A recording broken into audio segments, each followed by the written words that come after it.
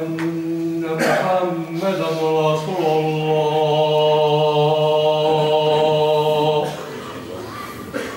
أشهد أن محمدا رسول الله. حي على الصلاة.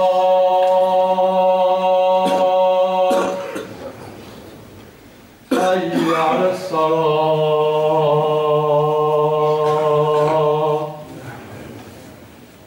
حي على الفلاح. حي على الفلاح.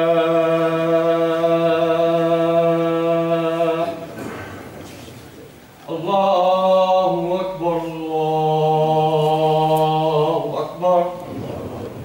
لا إله إلا الله.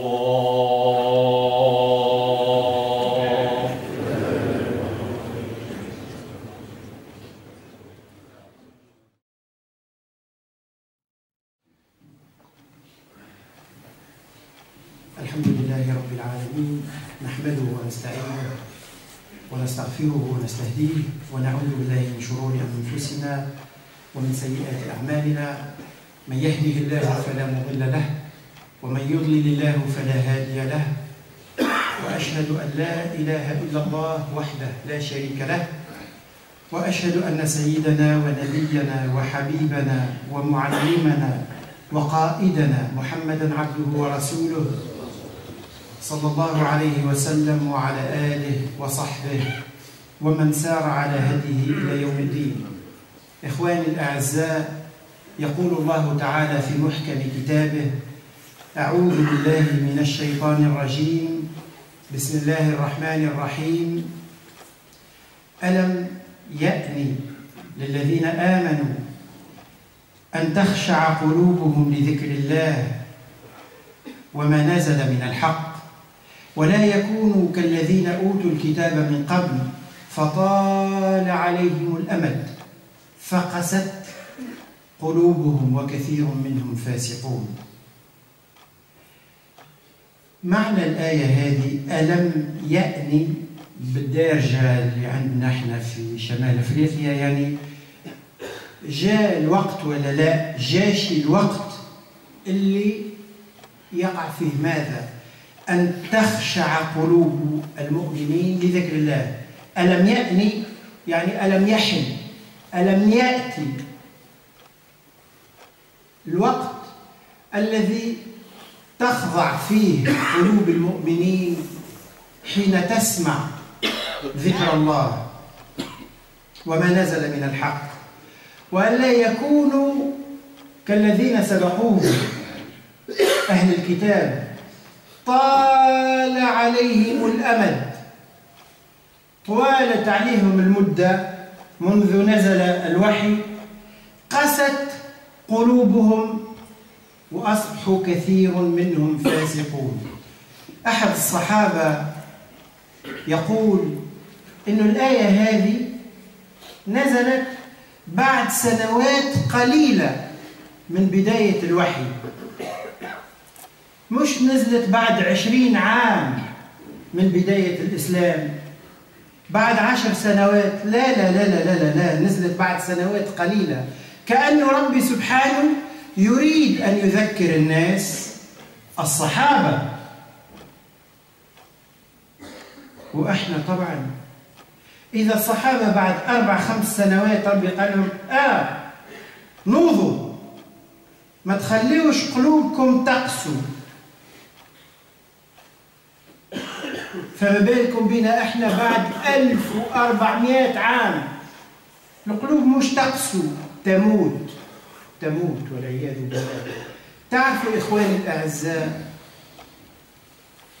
من أكثر ما يضر ابن آدم والمؤمن في إيمانه العادة،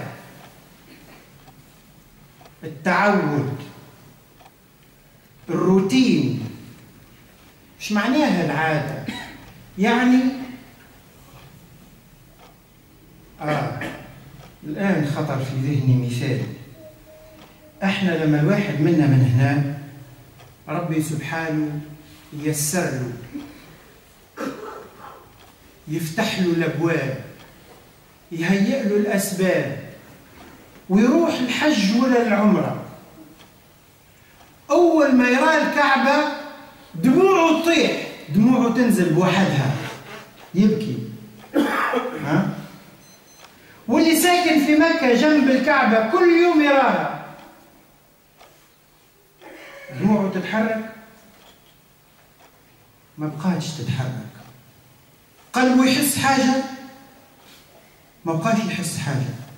هو ساكن جنب الكعبة، ممكن لا يصلي، مش يسمع الأذان وما يروحش للكعبة ويقول فيها الصلاة فيها 100,000، لا لا لا، ما يصليش مرة واحدة وهو يسكن جنب الكعبة. ليش إخواني؟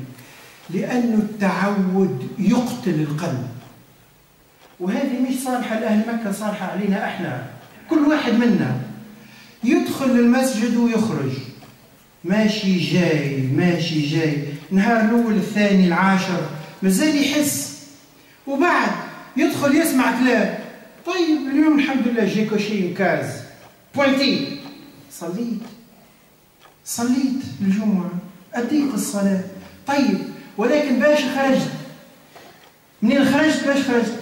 والله الشيخ قال كلمة، سمعت الكلمة اللي قالها. كل واحد منا يخرج شدت كلمة، جملة. هذه عادة الكوليكسيون تاع الجمل موجودة عند الإنسان عموما، ولذلك تسمع تشوف الصحافة ايش تتحدث.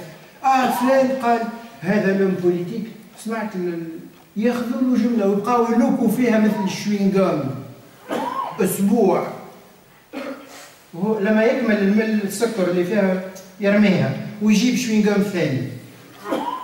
المؤمن ما يتهدده هو أن يقسو قلبه، ولذلك ربي سبحانه يريد منا أن نذكر بعضنا بعضا. أنا أتذكر بكم، أنا أعد الخطبة أتذكر، أنا وأنتم، كل واحد منا إخواني لازم يقول في نفسه أنا. شنو الفرق بين اليوم وبين أمس، بين اليوم وبين الجمعة اللي فاتت وبين الجمعة اللي قبلها؟ ولا نفس الشيء؟ لا. ألم يأن للذين آمنوا أن تخشع قلوبهم لذكر الله وما نزل من الحق. مقدمة أريد أن نتناول بها موضوع، ولكن سأشير فقط إشارة للموضوع هذا، ثم نعود إليه الأسبوع المقبل إذا ربي سبحانه أراد أن نجتمع.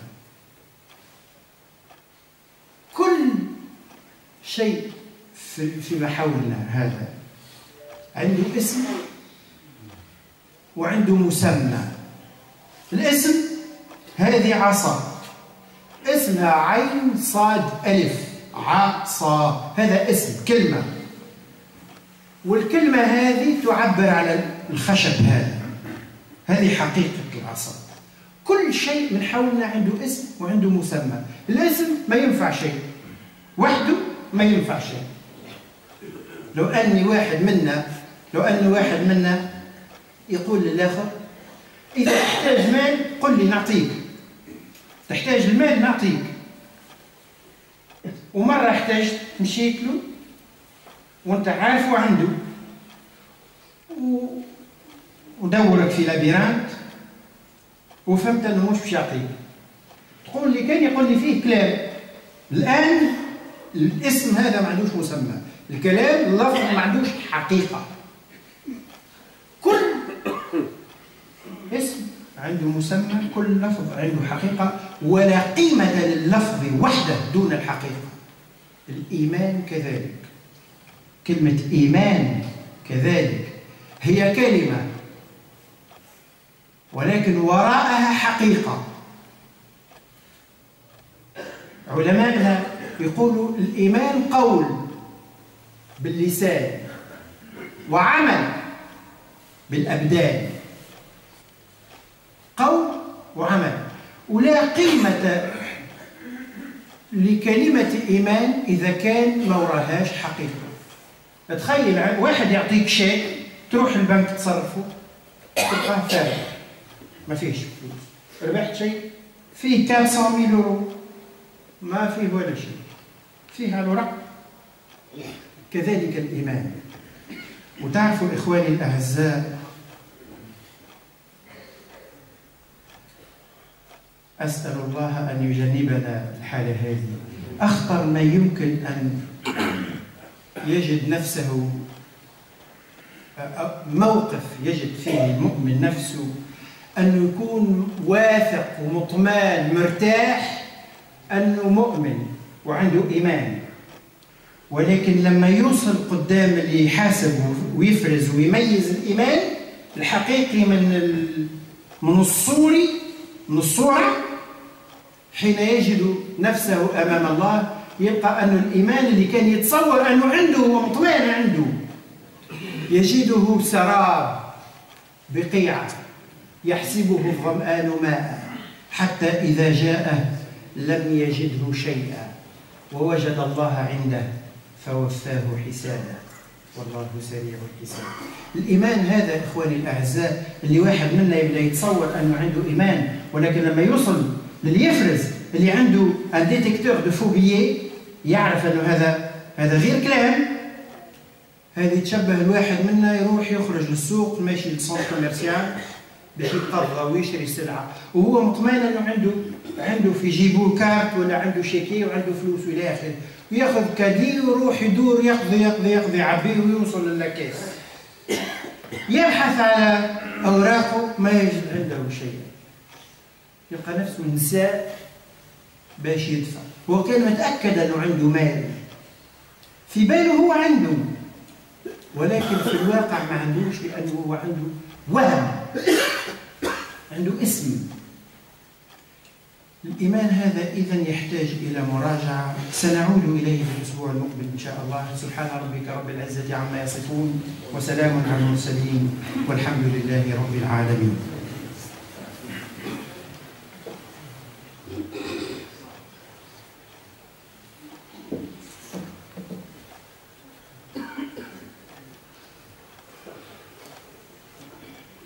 الحمد لله رب العالمين والصلاة والسلام على خاتم المرسلين وعلى آله وصحبه أجمعين ومن تبع هداهم إلى يوم الدين. وأشهد أن لا إله إلا الله يتولى الصالحين، وأشهد أن سيدنا محمدا صلى الله عليه وسلم مبعوث رحمة للعالمين. Mes frères et sœurs, Allah subhanahu wa ta'ala nous dit dans le Coran, dans Sourate al-Hadid, le fer. Le moment n'est-il pas venu pour que les cœurs des croyants s'inclinent humblement à l'écoute du rappel d'Allah subhanahu wa ta'ala, à l'écoute de la révélation. Les cœurs, le moment n'est-il pas venu pour que ces cœurs, nos cœurs, s'inclinent, tremblent, vibrent à l'écoute du rappel d'Allah subhanahu wa ta'ala. L'une des pires situations ou des pires états dans lesquels un croyant peut se trouver, c'est un état d'inconscience, de routine. Routine, c'est-à-dire que à force de faire quelque chose,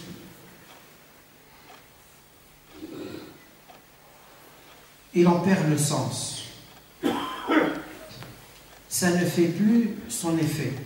Médicalement, quand l'un d'entre nous se trouve amené à utiliser un médicament pour un certain temps assez long, ce qui peut arriver c'est que le corps, l'organisme s'habitue aux médicaments et donc il ne fait plus d'effet. Et là, le médecin se trouve amené à lui changer de médicament pour contourner cette habitude de l'organisme, cette perte d'effet du médicament. Tout être humain est exposé à cet état-là. Un exemple qui nous montre, qui nous explique aussi ce dont je parle ici, lorsque l'un de nous, Allah subhanahu wa ta'ala lui permet, lui réunit les conditions pour aller rendre visite au lieu le plus sacré de la planète, la Kaaba. Pas l'Arabie Saoudite, la Kaaba. Lorsque Dieu lui facilite, mais les conditions ne vont pas se réunir toutes seules. Si je ne mets pas ça comme objectif dans ma tête, comme je me fixe un objectif de travail, d'avoir un appartement, je ne vais pas l'avoir. Eh bien, si je ne me fixe pas cet objectif, ça ne va pas se réunir. Je ne crois pas qu'un billet tombe du ciel comme ça. Lorsque l'un de nous, Allah subhanahu wa ta'ala lui permet, il achète un billet et il se rend à la Kaaba. Surtout si c'est la première, la deuxième fois.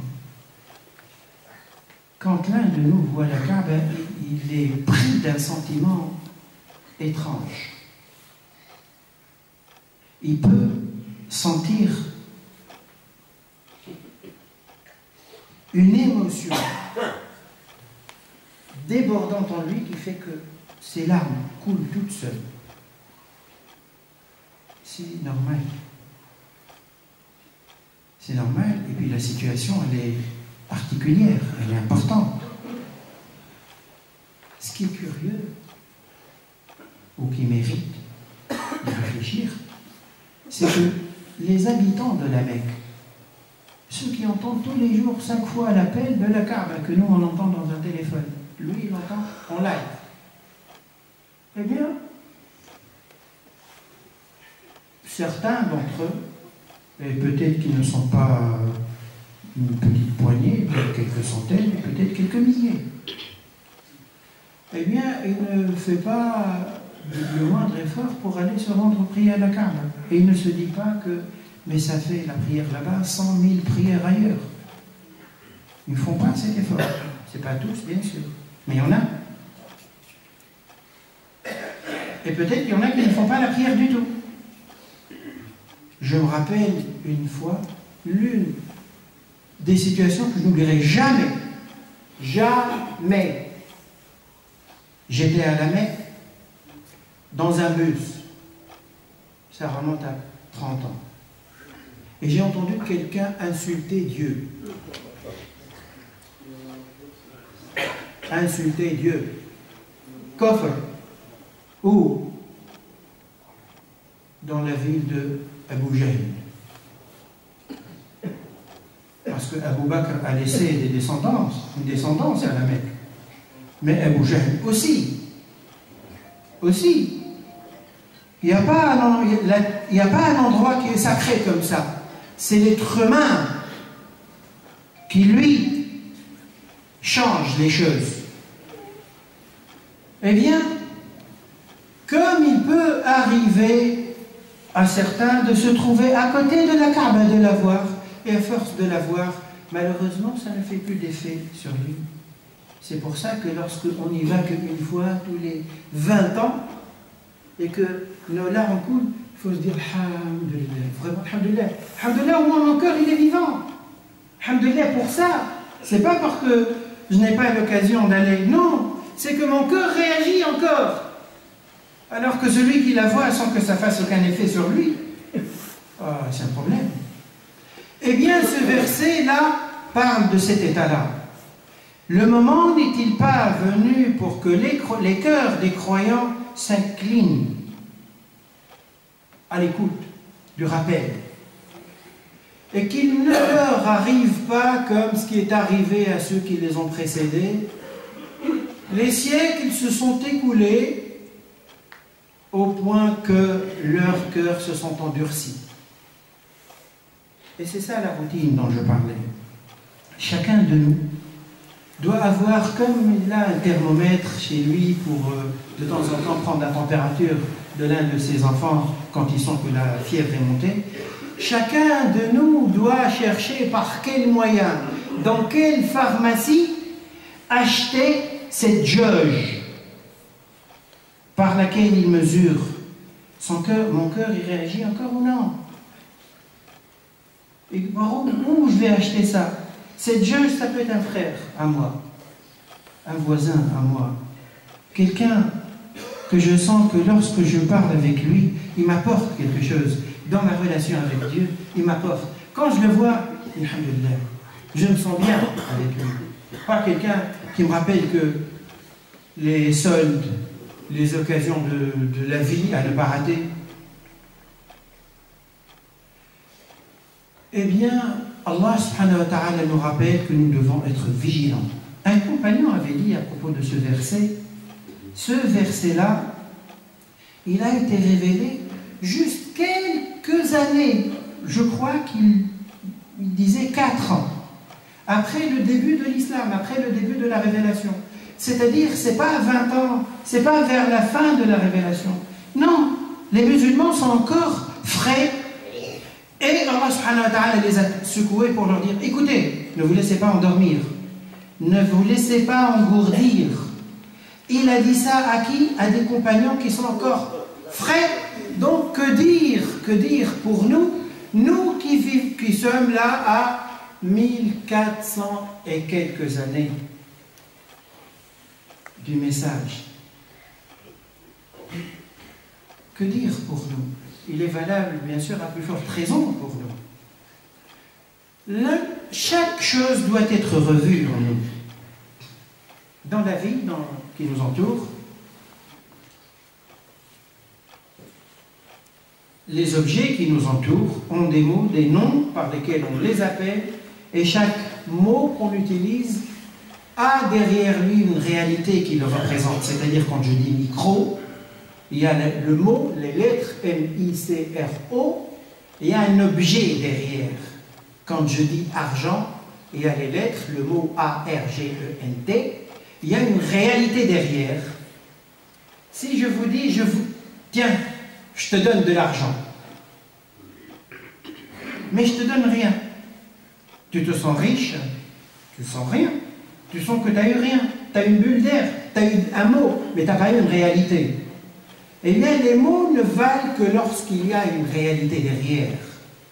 Nous, dans notre vie, on traite les choses comme ça. Et Allah subhanahu wa ta'ala voit les choses comme ça. Le mot foi, F-O-I, dont nous parlons, le mot croyant, eh bien, ce sont des mots qui n'ont de valeur que lorsqu'il y a une réalité derrière. Aussi. Comme le mot argent. Et il n'a pas d'importance si j'ai quelques lettres, c'est tout. La situation dans laquelle, la pire, dans laquelle un croyant peut se trouver, c'est lorsque il est sûr d'avoir la foi, d'être croyant. Parce qu'on lui dit mu'min, parce qu'il parle de l'iman, parce qu'il dit ashhadu an la ilaha illallah wa anna muhammadan rasulullah. Et puis il continue comme ça dans cette tranquillité qu'il est croyant.